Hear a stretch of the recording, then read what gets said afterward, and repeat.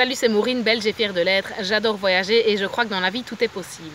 Aujourd'hui, jour de confinement 28, je vous parle de la résilience. C'est un thème qui m'a été proposé en même temps que la peur par Anne-Laure. Donc merci pour ce thème super intéressant.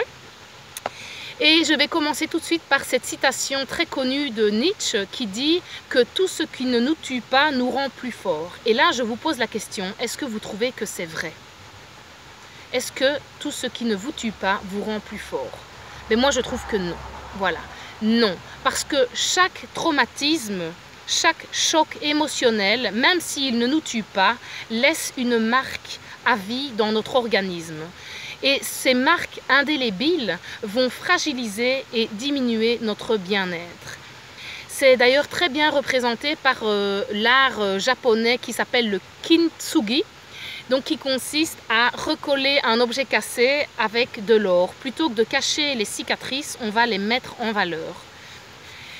Donc, qu'est-ce que ça veut dire la résilience? Qu'est-ce que la résilience? Étymologiquement, résilience veut dire savoir rebondir après un choc, c'est-à-dire savoir surmonter un traumatisme sans se laisser abattre. Ça ne veut pas dire qu'on oublie, ça ne veut pas dire que la résilience va effacer ce qui s'est passé, non, ça restera toujours en mémoire, mais ça va nous permettre de supporter et de continuer à vivre et à nous développer. Aujourd'hui, le terme de résilience est plutôt banalisé et il est un petit peu sorti à toutes les sauces. Et donc, je voudrais d'abord vous rappeler que nous sommes tous différents, que nous avons tous notre propre façon de voir et de comprendre la vie et ses situations, et surtout, nous avons tous notre propre rythme. Pourquoi est-ce que je vous dis ça?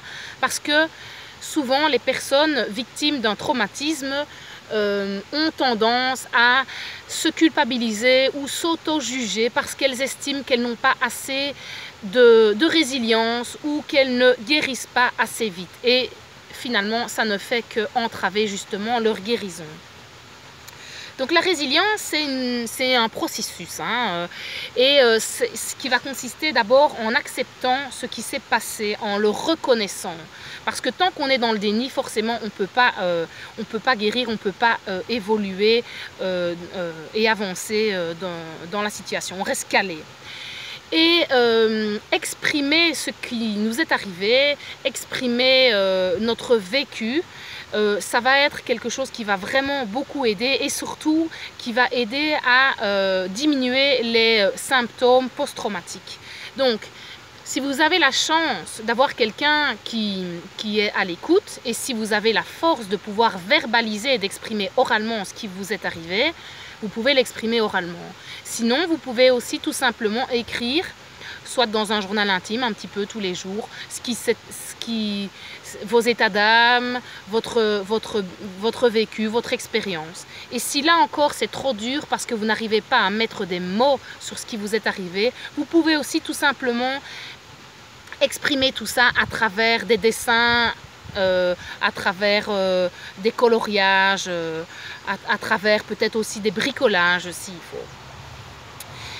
Il faut savoir que la résilience, ce n'est pas quelque chose qui est totalement inné. C'est à moitié inné et c'est à moitié acquis. Notre résilience va être déterminée par des facteurs individuels, familiaux et sociaux. Alors, je ne vais pas trop m'étendre sur ce qu'est la résilience, ce que c'est pas la résilience, à quoi ça sert. Finalement, la théorie, c'est bien joli, mais ce qui compte, c'est d'appliquer et de pouvoir vivre cette fameuse résilience. Donc, je vais vous donner des pistes, justement, pour développer votre résilience, ou du moins la cultiver.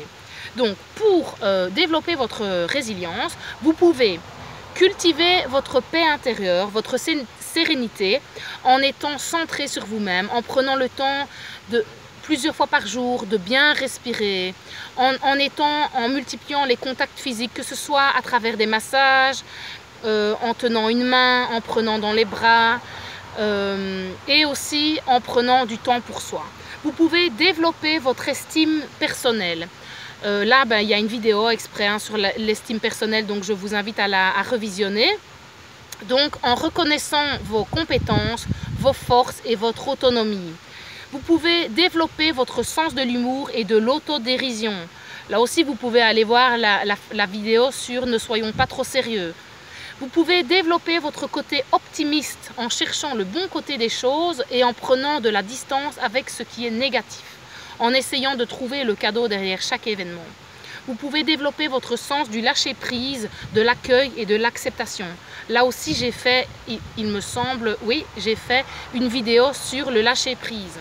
Vous pouvez aussi donner du sens à votre vie en déterminant des buts ou en ayant, enfin, à travers des activités de bénévolat ou des activités caritatives. Vous pouvez canaliser et exprimer vos émotions à travers une activité artistique, sportive ou spirituelle. Vous pouvez reprendre la responsabilité de votre vie en cessant de vous victimiser et ensuite vous pouvez vous entourer de personnes bienveillantes, aimantes, à l'écoute et capables de vous soutenir. Voilà, ça c'est quelques pistes ce qui est pas mal, c'est que finalement vous voyez tout se rejoint. On est toujours dans cette idée de lâcher prise, d'acceptation, on est toujours dans cette idée d'accueil, d'optimisme, de positivité, de confiance en soi, etc. Voilà, donc j'espère que ça pourra aider certaines personnes, cette vidéo, ces petits conseils. N'hésitez pas à partager, à faire un commentaire si vous avez d'autres pistes pour développer la résilience ou peut-être des exemples que vous avez mis en pratique. Et donc, et à partager autour de vous cette vidéo. Ça me fera vraiment super plaisir.